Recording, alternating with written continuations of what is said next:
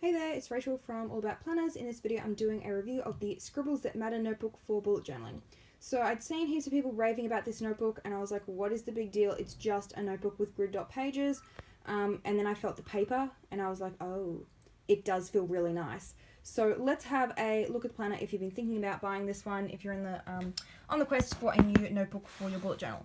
So it is about 5.75 inches wide by about 8.25 inches high, so it's A5 page size. To be honest, I absolutely hate yellow with anything, just hate yellow.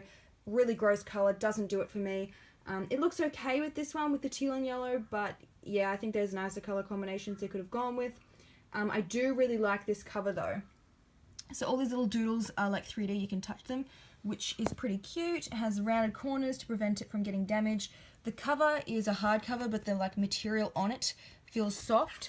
It's about 1/2 inch thick, includes 2 built-in ribbons, and they're different colours, so you could colour code with yellow and the teal, and the doodles are continued on the back as well.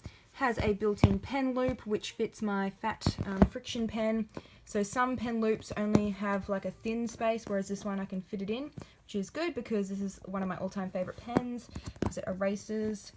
So let's have a look inside the notebook. Okay, so we've got the This Belongs To page, A5. Now we have the key and the index. So the key, you can do a bullet code and a colour code, which is a good idea. The index page. Now, I don't know what it is about bullet journal notebooks, but they just never seem to include enough of these index pages. Like I might just have one page where I've gone, you know, like books to read list, and like you can fill these pages up pretty quickly. So some of them only include 1. I'll admit this one does include 3, but I would really probably prefer 5. Then we go into the grid dot pages. As I said before, this paper is super smooth, feels really nice, and also the pages are numbered, which will help with your index and save you a lot of time so you don't have to manually number it. Paper definitely feels super smooth. So it's grid dot the whole way through, and I did a pen test. It actually includes a pen test page. First notebook / planner that I've found that does that, so tick, tick, tick, love that. So I picked the usual ones that people seem to use, or like very popular, like the Papermate, Enjoy is my favourite.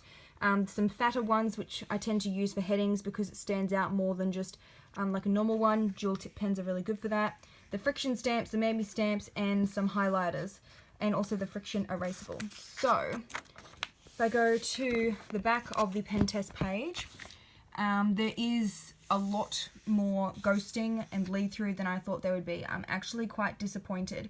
The paper feels really nice, but it does show through, as you can see, most of the pens. The first one I did, the Enjoy and the ballpoint, probably turned out the best, but I just think for the price of this notebook, which was really expensive, that I would be expecting a lot better quality in terms of no bleed through or ghosting. So I'll do the test for the friction erasable right now. So I've got the end of it. Let's see if it cleanly erases or if it smudges. Okay, I'm not very strong with my left hand. It's not really erasing, which is kind of weird. Let me switch the camera to my predominant hand, which is the right one. So if we rub that out, there we go. I just needed more pressure off my right hand. So yeah, it does cleanly erase, which is good. Some planners, the like textured paper, actually like rubs part of the paper off. That one's not too bad. I've had ones that clean it nicer than that. So on the whole, I do love the paper feel, but I am quite disappointed in how it worked for the pen test. So is this notebook worth it? Personally, I would just go with a cheaper notebook. If you want to try bullet journaling, you don't have to get one that's specifically like intended for bullet journaling. You can hack another one or find some other cheaper ones. And again, it's got that book bound stuff, which I really hate. So the only thing that for me is a pro is the smooth paper. It does have a pocket folder at the back, I'll give it that. That's a pretty good idea. But I mean, I'm sorry, but you can't have a planner this expensive and have it bleed through that bad on like all the pens that I tried. So I hope you found this review helpful, because I know a lot of people have been talking about this notebook, and I'll include a link to a couple of other bullet journal notebooks that I reviewed as well, if you're on the market for one. So don't forget to subscribe. The button is below, to my YouTube channel if you want to see more planner review videos. I usually post one each week. I'll see you in the next one.